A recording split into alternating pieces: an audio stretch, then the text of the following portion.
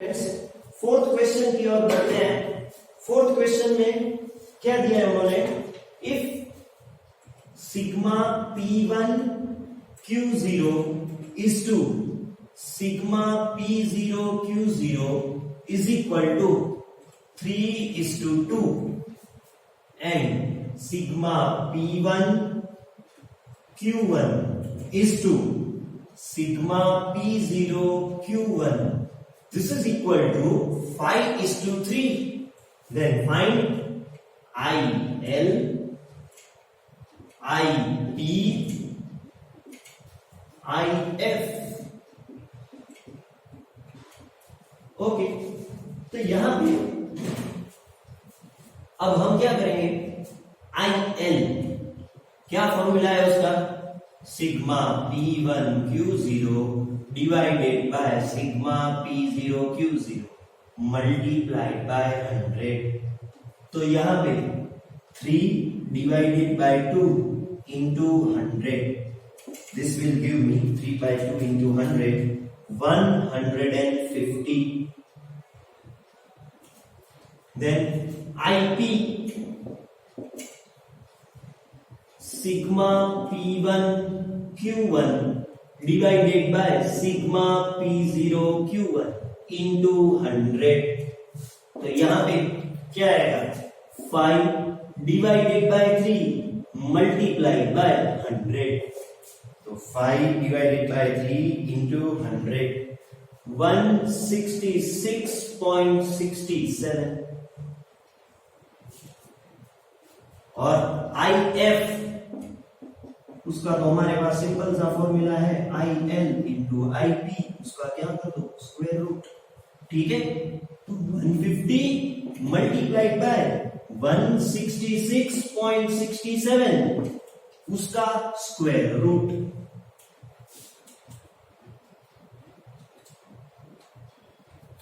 One 150 into 166.67 उसका square root, वो आ जाएगा 158.12। Always the answer of IF will lie between these two because it is geometric mean of last index number and first index number. We have already learned in characteristic or why Fisher index number is what? Ideal index number. ठीक है, note कर लो इसको friends.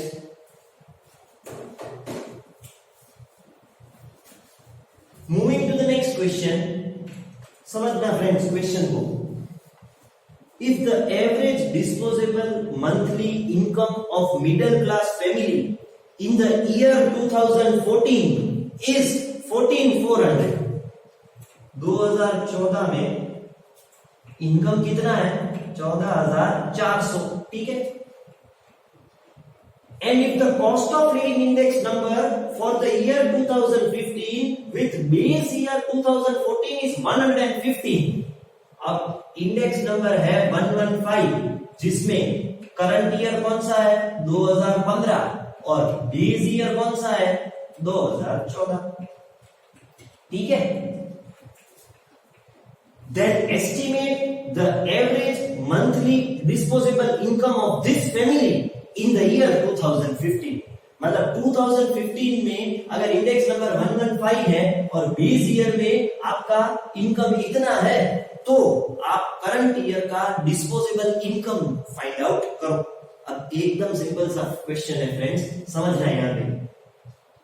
यहां पे मैं लिख रहा हूं इंडेक्स नंबर और यहां पे इनकम। अब समझो, बेस ईयर का इंडेक्स नंबर ऑलवेज कितना होता है 100 और इनकम उन्होंने कितना दिया है 14,400 और करंट ईयर में इंडेक्स नंबर कितना हो गया 115, तो डिस्पोजेबल इनकम कितना, क्वेश्चन मार्क करो, cross multiply. Income in 2015 is equal to 14,400 multiplied by 115 divided by 100। ठीक है, कैलकुलेट कर लेते हैं इसको फ्रेंड्स। तो कैलकुलेशन करने पे 14,400 इंटू 115 डिवाइडेड बाय 100 ये आ जाएगा 16,560 रुपए।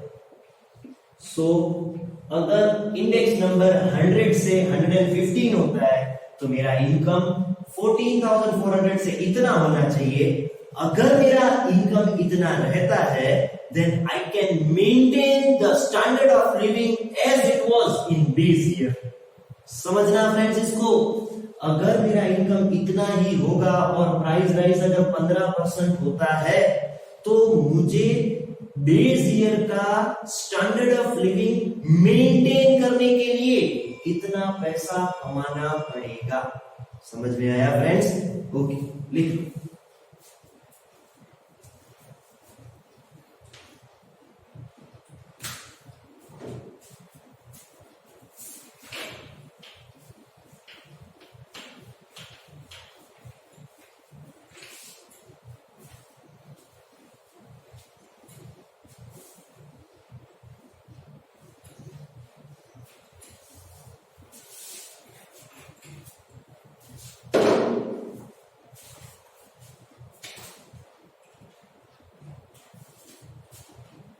ओके फ्रेंड्स, सिक्स्थ क्वेश्चन देखते हैं। सिक्स्थ क्वेश्चन में क्या दिया है?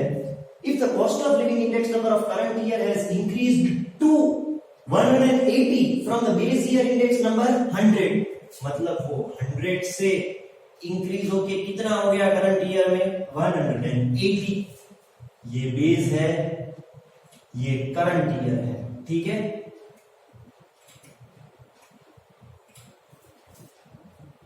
And if the average income of worker has increased from 6,000 to 9,000, मतलब इनकम की बात कर रहे हैं। बेस ईयर में इनकम था 6,000 और करंट ईयर में इनकम हो गया 9,000, ठीक है। अब क्या पूछते हैं? Is there an increase or decrease in purchasing power of worker? How much is it? अब फ्रेंड्स समझना है, यहाँ पे एक नया वर्ड आया, purchasing power of a person. Purchasing power को सिंपल सी भाषा में बोलते हैं ना, तो इसको हम बोलेंगे एक आदमी की, एक बंदे की कोई भी चीज को खरीदने की ताकत, कोई भी चीज को खरीदने की ताकत। अब यहां पे उन्होंने क्या बोला है कि इंडेक्स नंबर इतना हो गया 100 से 180, इनकम हो गया 6,000 से 9,000, तो क्या परचेसिंग पावर करंट ईयर में बढ़ गया है या कम हो गया है? और जो भी हुआ है कितने से बढ़ा या कितने से कम हुआ, ये उनका सवाल है, ठीक है। ओके, देख लेते हैं फ्रेंड्स। अब समझना, हम पहले क्या कैलकुलेट करेंगे? इंडेक्स नंबर के मुताबिक मेरा इनकम करंट ईयर में कितना होना चाहिए, बराबर है, ठीक है। अब देखो यहां पे आई और इनकम, मतलब इंडेक्स नंबर और इनकम। बेस ईयर में इंडेक्स नंबर होगा 100 और इनकम है 6,000, ठीक है। अब करंट ईयर में मेरा इंडेक्स नंबर होता है 180, तो इनकम कितना होना चाहिए?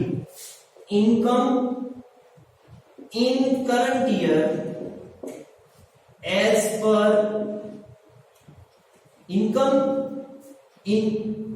income that should be in current year as compared to base year, ठीक है। अब यहां पे क्या होगा? क्रॉस मल्टीप्लाई करते हैं, 6,000 इंटू 180 डिवाइडेड बाय 100, तो 6,000 इंटू 180 डिवाइडेड बाय 100, आपका इनकम होना चाहिए 10,800, ठीक है। होना इतना चाहिए, लेकिन रियलिटी में है कितना? 9,000, मतलब मेरा करंट ईयर में इनकम अभी कम है। It should be 10,800, but in reality it is 9,000. As a result, मेरा इनकम कम हो गया, तो मैं उतनी चीज खरीद नहीं पाऊंगा जितना मैं बेस ईयर में खरीद पाता था। मतलब मेरा परचेसिंग पावर क्या होगा? It will be decreased, and by how much? In terms of amount, difference between this figure and this figure, बराबर है। तो यहां मैं लिख रहा हूं, here my actual income in current year is rupees 9,000 as compared to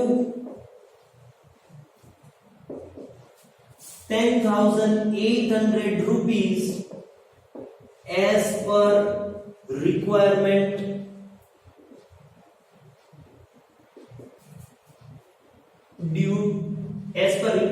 by index number.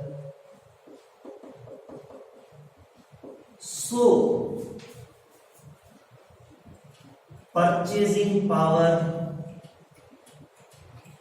is decreased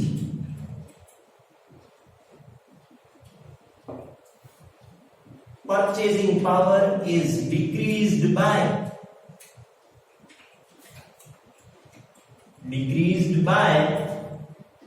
10,800 minus 9,000, that is equal to 1,800 rupees. How much? 1,800 rupees. ठीक है फ्रेंड्स?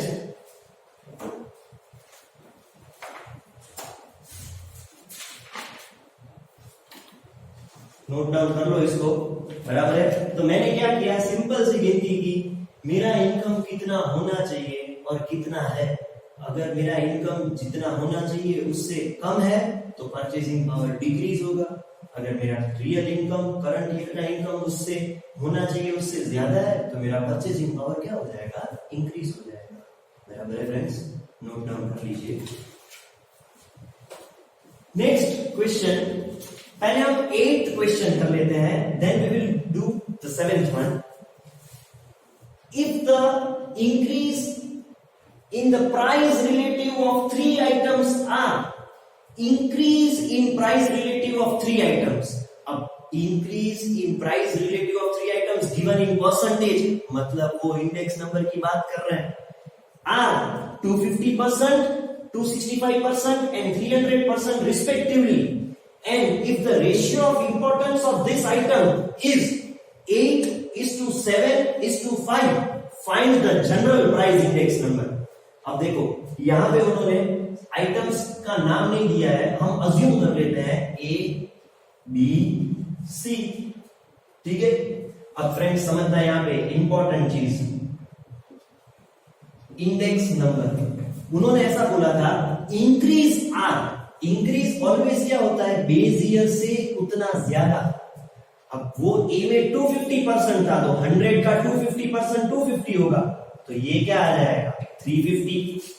बी में 265% तो 100 प्लस 265 विल गिव मी 365, और सी में 100 plus 300 that will give me how much 400। ये आपका क्या हो गया आई। फिर वेट, उन्होंने इंपॉर्टेंस दिया है, इट इज हाउ मच 8:7:5। अब कौन सा फॉर्मूला लगेगा आप ही बताओ, आई दिया है, डब्ल्यू दिया है, correct, sigma I W divided by sigma W. तो यहां पे 350 into 8 2800, 365 into 7 2555, and 400 into 5 it's 2000। 2800 plus 2555 plus 2000, it gives 7355, and over here it is 8 plus 7 15 plus 5 20।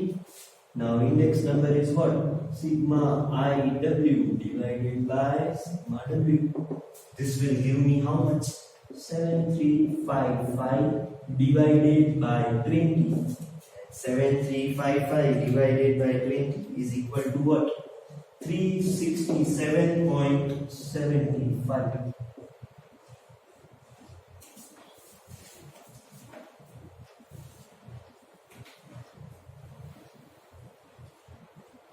और अगर इंक्रीज पूछा हो तो इसमें से आप 100 क्या कर दोगे, माइनस कर दोगे, ठीक है? उन्होंने केवल जनरल प्राइस इंडेक्स नंबर पूछा था, तो जनरल प्राइस इंडेक्स नंबर कितना आएगा 367.75।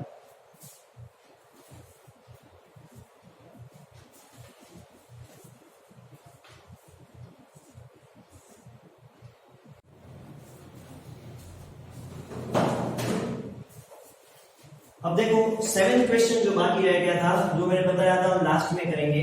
देख लो, the wholesale price index number for 2015 and 2016 are found to be 150.2 and 165.7 respectively.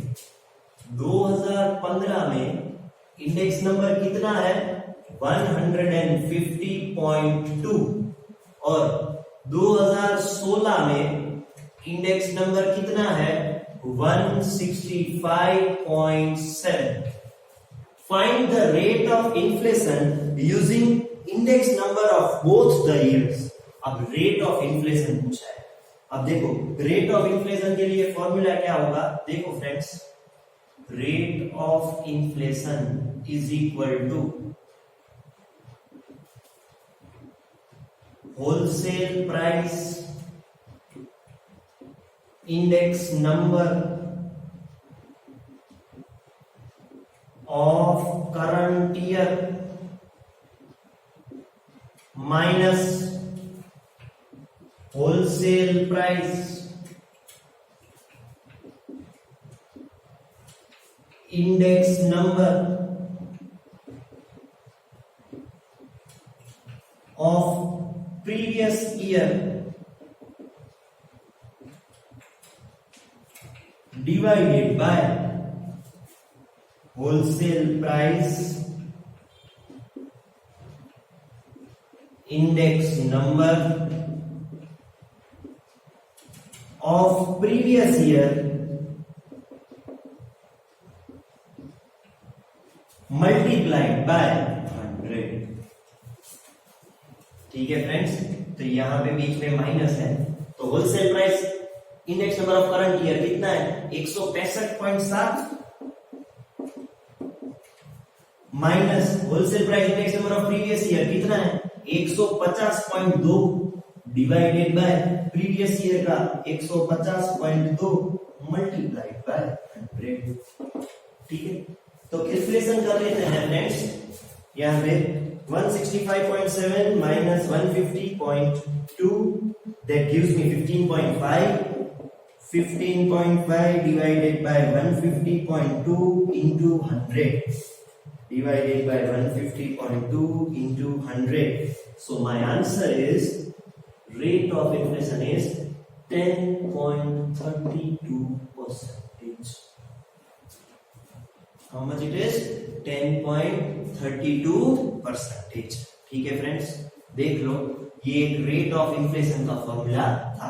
Current year का index number minus previous year का index number divided by previous year index number multiplied by 100। Simple.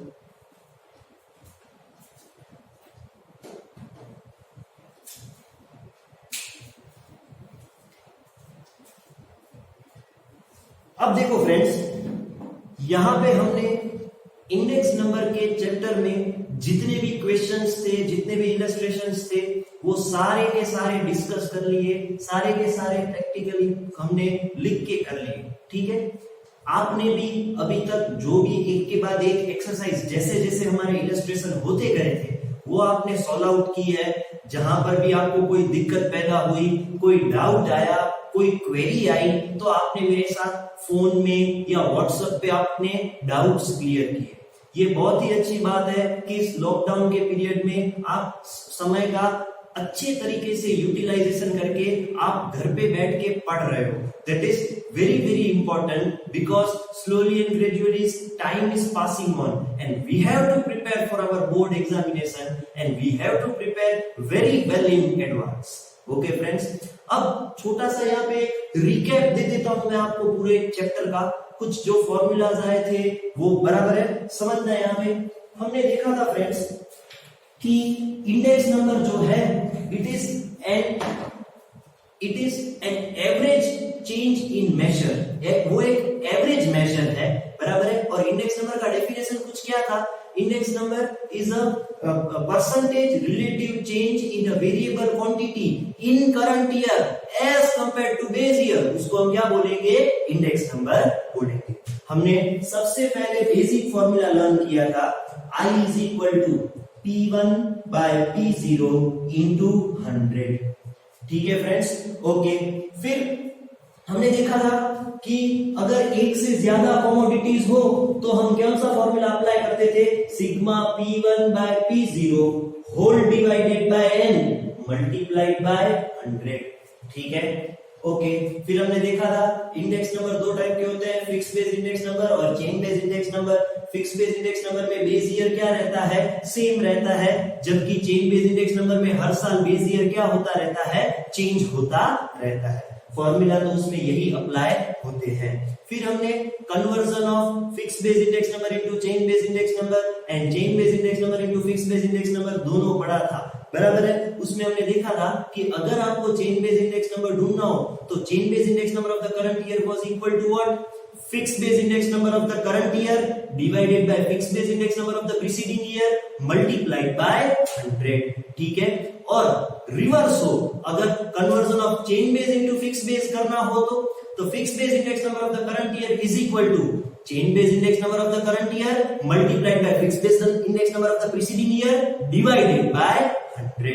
और उसमें हमने देखा था कि अगर question में बेस ईयर मेंशन ना किया हो तो chain base index number initial year का कितना लेना है, 100 लेना है, और अगर बेस ईयर मेंशन किया हो तो उस साल का चेन बेस इंडेक्स नंबर और फिक्स बेस इंडेक्स नंबर दोनों क्या रहेगा, सेम रहेगा, बराबर है फ्रेंड्स, ओके। फिर हमने वो लास्प्रे, पासे और फिशर इंडेक्स नंबर देखा था। लास्प्रे इंडेक्स नंबर का फॉर्मूला क्या था, sigma P1 Q0 divided by sigma P0 Q0 multiplied by 100।